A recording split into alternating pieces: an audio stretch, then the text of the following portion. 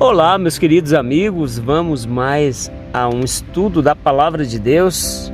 Continuando o nosso estudo, vamos primeiro recapitular o estudo número 5, relembrando quando estudamos sobre fé, arrependimento e confissão. Vimos que a fé agrada a Deus, ela é o meio pelo qual somos justificados, e a fé é o dom de Deus, e o Espírito Santo dá uma medida de fé para cada um. A fé em Cristo nos ajuda a vencer. Aprendemos também que a fé vem enquanto ouvimos a palavra de Deus.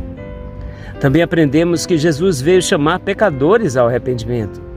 E quem não confessa os pecados jamais prosperará, diz a palavra de Deus. Mas quando confessamos, Deus os lança nas profundezas do mar, pois é grandioso em perdoar. Agora nós vamos passar para o estudo número 6, sinais da volta de Cristo. Você sabe quais são os sinais da volta de Jesus? Antes disso, vamos fazer uma oração. Obrigado, Santo Deus, pela Tua bondade e Tua palavra. Que possamos aprender mais e mais nas Tuas mãos. É o que eu te peço e agradeço em nome de Jesus. Então, queridos, que sinal haverá da Tua vinda e da consumação do século? Os discípulos perguntaram o que está registrado em Mateus 24:3. Quais seriam os sinais da volta de Jesus? Porque Jesus prometeu que voltaria. E esses sinais foram apresentados por ele no Monte das Oliveiras e tiveram cumprimento inicialmente em Jerusalém. Isso é, tiveram uma aplicação dupla e serviram como maquete ilustrativa dos acontecimentos do fim. Outros sinais, porém, estão se cumprindo agora, em nossos dias. Vamos à pergunta número 1, queridas. Que sinais seriam vistos no mundo social antes da volta de Cristo? Mateus 24:6 fala como estaria a sociedade antes da volta de Jesus. Vamos ver? E certamente ouvireis falar de guerras, rumores de guerras. Vede, não vos assusteis, porque é necessário assim acontecer, mas ainda não é o fim. Você percebe que desde quando Cristo falou sobre esses sinais, eles continuam acontecendo? Guerras, rumores de guerras. Agora, no ano de 2024, está acontecendo a guerra entre Israel e a Palestina. E também está tendo continuidade da guerra entre a Ucrânia e a Rússia. A palavra de Deus, ela continua firme. Você vê que a educação, a saúde não funcionaram plenamente a ponto de acabar com as guerras, rumores de guerras, quer dizer, esses problemas sociais. Mateus 24:7 prossegue: porque se levantará nação contra nação, reino contra reino, e haverá fome e terremotos em vários lugares. Continuando, nesse tempo, muitos hão de se escandalizar, trair e odiar uns aos outros. Mateus 24:10. Queridos, vocês podem ver no mundo social os escândalos, as traições, os ódios, assassinatos, perseguições, problemas sociais a rodo têm acontecido no nosso mundo. São sinais da volta de Jesus. 2 Timóteo 3, de 1 a 4 ainda fala: sabe, porém, isto: nos últimos dias sobrevirão tempos difíceis, pois os homens serão egoístas, avarentos, jactanciosos, arrogantes, blasfemadores, desobedientes aos pais, ingratos, irreverentes, desafeiçoados, implacáveis, caluniadores, sem domínio de si, cruéis, inimigos do bem, traidores, atrevidos, enfatuados, mais amigos dos prazeres que amigos de Deus. Veja que atualidade há nesses versos de 2 Timóteo. É Deus falando através do Espírito Santo que deu a Paulo o entendimento para deixar estas palavras para nós sabermos que no final dos tempos, nos últimos dias, como diz aqui, sabe, porém, isto nos últimos dias, estaríamos nessas condições sociais, sem resolver nosso caráter verdadeiramente. Agora vamos responder a questão: que sinais seriam vistos no mundo social antes da volta de Cristo? Ouvireis falar de quê? De guerras. E o que mais? Rumores de quê? De guerras. Nação contra nação. E haverá o que mais? Fome em vários lugares. Pergunta número 2. Que 3 grandes sinais do mundo natural indicam a proximidade da volta de Jesus. Mateus 24:7 nos diz que, porquanto se levantará nação contra nação, reino contra reino, e haverá fome e terremotos em vários lugares. Você já ouviu falar de terremotos? No Brasil ainda não vimos terremotos de grandes proporções, mas aqui e ali vemos terremotos e, por sua consequência, maremotos ocorrendo no mundo. Sempre aqui e ali vulcões entrando, erupções. E esses são sinais da natureza que Cristo tinha falado que ocorreriam no final dos tempos. Logo em seguida, a tribulação daqueles dias, o sol se escurecerá, a lua não dará sua claridade, e as estrelas cairão do firmamento e os poderes do céu serão abalados. Mateus 24:29. Queridos, esses acontecimentos ocorreram há uns anos atrás. Vamos ver aqui, em 1780, no dia 19 de maio, ocorreu o grande dia da escuridão, em que o sol e a lua ficaram completamente diferentes. E também houve uma queda de estrelas nesse dia. Vamos ver aqui, você pode procurar na internet. Aqui eu estive procurando aqui sobre a escuridão e a chuva de estrelas na astronomia. Você pode ver aqui na Wikipédia também. Vamos entrar aqui na Wikipédia. O dia escuro, veja que está registrado na história. O dia escuro, também conhecido como o dia escuro da Nova Inglaterra, refere-se a um dia, 19 de maio de 1780, quando os céus da Nova Inglaterra e parte do Canadá ficaram demasiadamente escuros, apesar de ser dia. A causa principal para isso pode ter sido uma combinação de fumaça, incêndios florestais e etc. A escuridão foi tamanha que foi necessário usar velas durante o dia, e o fenômeno não dispersou até a metade da noite seguinte. Então vemos aqui, queridos, que nessa época ocorreu esse dia escuro. E vamos ver ainda aqui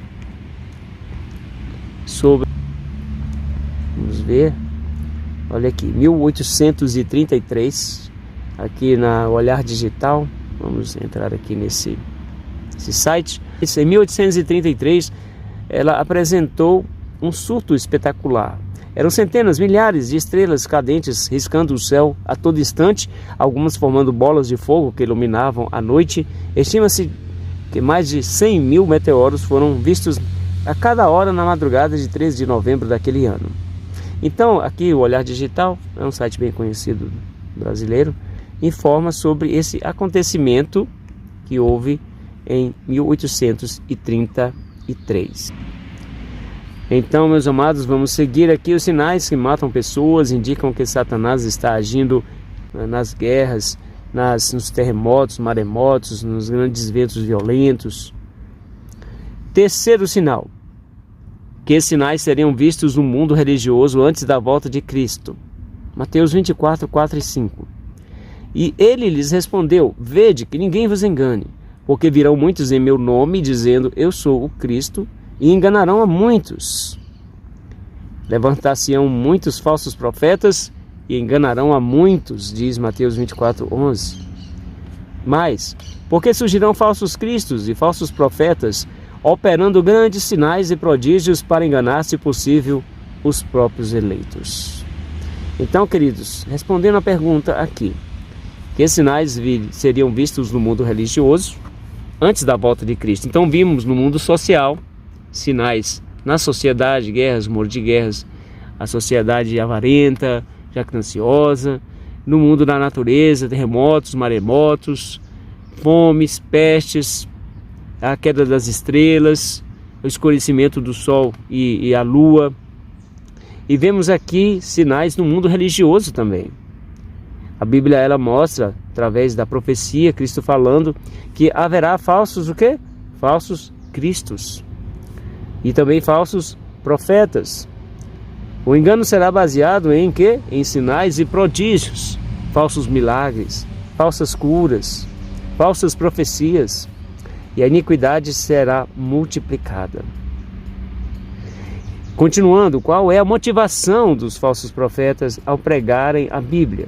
2 Pedro, capítulo 2, versos de 1 a 3, nos mostra qual é a motivação desses falsos profetas pregarem a Bíblia. Vamos ver aqui na Bíblia Sagrada. Mas houve também entre os falsos profetas, como entre vós haverá falsos mestres, os quais introduzirão encobertamente heresias destruidoras, negando até o Senhor que os resgatou, trazendo sobre si mesmos repentina destruição. E muitos seguirão as suas dissoluções, e por causa deles será blasfemado o caminho da verdade. Também, movidos pela ganância, com palavras fingidas, farão de vós negócio, a condenação dos quais já de largo tempo não tarda, e a sua destruição não dormita. Então, queridos, qual é a motivação dos falsos profetas ao pregarem a Bíblia? Amor próprio, avareza ou amor a Deus? Então, pelo que vimos aqui, é a avareza, o amor ao dinheiro. Prosseguindo, o que atrai pessoas a esses falsos líderes? Mateus 7, de 21 a 23, nos informa. Vamos lá? Mateus capítulo 7, de 21 a 23, nos diz: Jesus, falando aos discípulos, diz: nem todo que me diz Senhor, Senhor, entrará no reino dos céus, mas aquele que faz a vontade de meu Pai que está nos céus. Muitos naquele dia dirão: Senhor, Senhor, não profetizamos em teu nome? Em teu nome não expulsamos demônios? Vamos aqui, em teu nome não expulsamos demônios, e em teu nome não fizemos muitos milagres? Então lhes direi abertamente: nunca vos conheci, apartai-vos de mim, vós que praticais a iniquidade. Então, aqui Jesus fala o que atrai as pessoas a esses falsos líderes. Vamos ver, será que é a amizade? Será que é a doutrina? Será que são sinais, prodígios e cura? Vamos lá? Sim. Muitos vão pela amizade, por doutrina, sem base bíblica, ou por causa de sinais, prodígios, curas, milagres, que são falsificados. Pergunta 4. Além desses, que importante sinal foi mencionado por Cristo? Mateus 24,14 nos diz: e será pregado este evangelho do reino por todo o mundo, para testemunha a todas as nações, e então virá o fim. Vamos lá? Que importante sinal foi mencionado por Cristo? A pregação do evangelho verdadeiro em todo o mundo. Esse é um grande sinal da volta de Jesus. Vamos à pergunta 5. Paulo fala em outro evangelho que está sendo pregado. Gálatas 1,6. O que fazer para não ser enganado? Amados, não deis créditos a qualquer espírito. Antes, provai os espíritos se procedem de Deus, porque muitos falsos profetas têm saído pelo mundo afora. Então, 1 João 4,1 nos ensina que Paulo está falando de outro evangelho que está sendo pregado, e o que é fazer para não ser enganado? Eu devo o que? Provar se o ensino está de acordo com a palavra de Deus. Ok? Então vamos agora para a pergunta 6. Por que Deus manda provar o ensino dos profetas? Mateus 7,15 nos diz: acautelai-vos dos falsos profetas, que se vos apresentam disfarçados de ovelhas, mas por dentro são lobos roubadores. Ao falar acerca desses assuntos, como de fato costuma fazer com todas as suas epístolas, nas quais há certas coisas difíceis de entender, que os ignorantes e instáveis deturpam, como também deturpam as demais escrituras para a própria perdição deles. 2 Pedro 3,16. Queridos, por que Deus manda provar o ensino dos profetas? Você vê que há muitos ensinos, muitas teorias, mas há muitos enganos e equívocos nesses ensinos. Então vamos ver aqui, por que Deus manda provar? Porque o engano às vezes parece verdade, é isso? Isso mesmo. Tem coisa que é muito parecido com o verdadeiro, e a gente tem que provar, ler, estudar e pedir principalmente orientação para o Espírito Santo. Para comprovar se o que é ensinado está de acordo com a Bíblia, tá certo? Tá certo. É necessário comprovar, ser como os bereanos que buscavam na Bíblia a resposta. 3. Porque na Bíblia tudo é fácil de entender. Tá errado. Não é tão fácil de entender, mas também não é impossível de entender o necessário para a nossa salvação. Prosseguindo. 7. Como saber se uma doutrina é verdadeira? Se alguém quiser fazer a vontade dele, de Deus, conhecerá a respeito da doutrina, se ela é de Deus ou se eu falo por mim mesmo. João 7,17, disse Jesus. Ele ainda diz, através do profeta Isaías, porque é preceito sobre preceito, preceito e mais preceito, regra sobre regra, regra e mais regra, um pouco aqui, um pouco ali. Isaías 28, verso 10. Então vamos lá. Como saber se a doutrina é verdadeira? Ponto 1, VOF. Doutrina de acordo com toda a Bíblia. Se tiver com toda a Bíblia, de acordo com toda a Bíblia, é verdadeira? Vamos ver. Sim, verdadeiro. Doutrina baseada em um só livro da Bíblia ou só no Novo Testamento? Vamos ver aqui. Não podemos pegar uma doutrina baseada só em um livro, ou só num verso, ou só no Novo Testamento. Tem que ser um pouco aqui, um pouco ali, tudo que está na Bíblia. E baseada em uma parábola, ou poucos versos da Bíblia, também é falso, dá para ver de cara aqui. Pergunta 8. Se os sinais estão se cumprindo, por que Jesus ainda não voltou? O apóstolo Pedro, em sua segunda carta, no verso 3, no capítulo 3, verso 9, ele diz: não retarda o Senhor a sua promessa, como alguns a julgam demorada. Pelo contrário, ele é longânimo para convosco, não querendo que ninguém pereça, senão que todos cheguem ao arrependimento. Então você vê aqui que Deus é misericordioso, Ele é paciente, Ele quer que eu e você e milhares e milhões de pessoas recebam a vida eterna. Então vamos ver aqui na resposta, Jesus está sendo o quê? Por que Ele não está voltando? Por que Ele demora tanto? Porque Ele é misericordioso, para que ninguém se pereça, para que ninguém se perca. Ele está convidando, assim como Noé esteve ali construindo a arca durante 120 anos, chamando o povo para o arrependimento, e entraram os animais, e depois entrou ele e sua família, e quando fechou a porta, ficaram 7 dias ali dentro, e só eles ficaram na arca. Mas Deus, Ele quer salvar muito mais pessoas, está chamando muito mais pessoas, e por isso demora. Mas a sua demora não é como a demora humana. A demora dele é uma demora de misericórdia, de paciência, de longanimidade. Pergunta 9. Que atitude devemos ter no tempo do fim? Ora, ao começarem essas coisas a suceder, exultai e erguei a vossa cabeça, porque a vossa redenção se aproxima. Lucas 21, 28.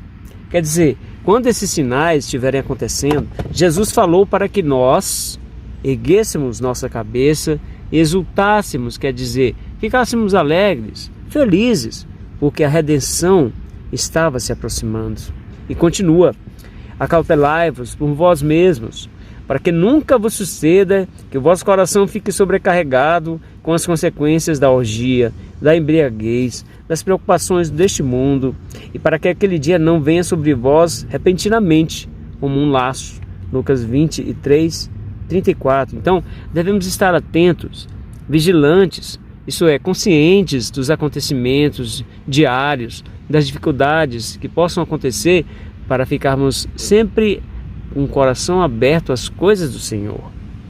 Finalmente, buscai, pois, em primeiro lugar o reino de Deus e a sua justiça, e todas as coisas vos serão acrescentadas. Então, queridos, buscai primeiro o reino de Deus, a sua justiça. Tenha paciência com o Senhor, porque o Senhor tem paciência contigo. Então, busquemos em primeiro lugar e as demais coisas nos serão acrescentadas. Prosseguindo então, em primeiro lugar, que atitude devemos ter no tempo do fim? Primeiro, exultar e erguer a cabeça, não ficar cabisbaixos, tristes, acabrunhados pelo dia de amanhã, mas confiantes que Deus está no controle. Buscar a Deus como? Em primeiro lugar.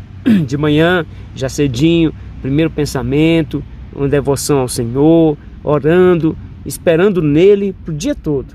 E ele vai fazer o restante por você. Finalmente vamos recapitular, queridos. Os sinais da vinda de Cristo estão o que? Se cumprindo.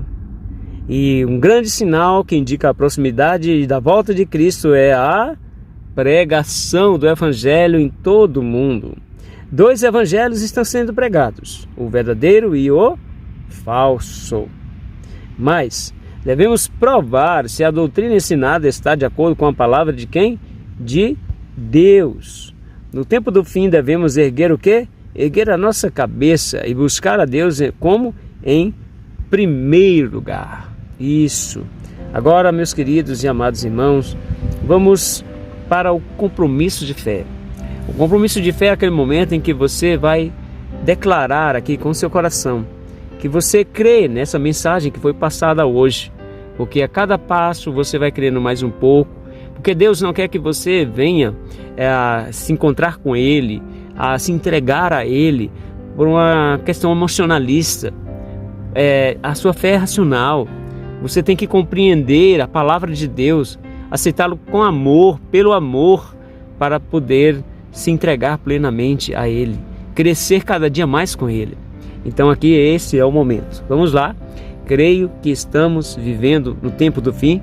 Você acredita que este mundo está prestes a ser derrotado e destruído plenamente, completamente? Que só a misericórdia de Deus se está segurando ainda, porque Ele quer que muitos se salvem?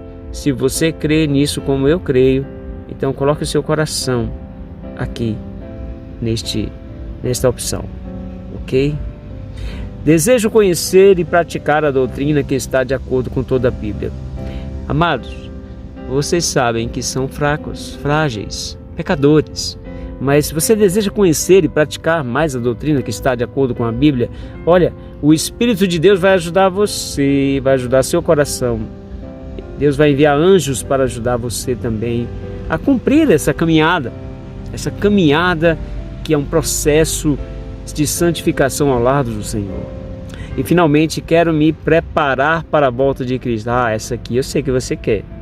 Com certeza, a preparação para a volta de Cristo, que é o melhor dos melhores momentos que a humanidade terá em todos os tempos, a volta de Jesus. Quando tudo acabará, o mal não mais existirá, nem choro, nem lágrima, nem dor existirá mais. Amém? Amém, meu amigo, minha amiga. Agora vamos para saber um pouco aqui sobre o próximo estudo. No próximo estudo, desde que nossos primeiros pais transpuseram os portais do Éden, depois de terem desobedecido, os filhos de Deus aguardam o dia em que o pecado e suas tristes consequências terão fim. Vejamos o que a Bíblia nos conta sobre isso no próximo estudo. Que Deus abençoe você, meu amado e minha amada irmã. Vamos orar?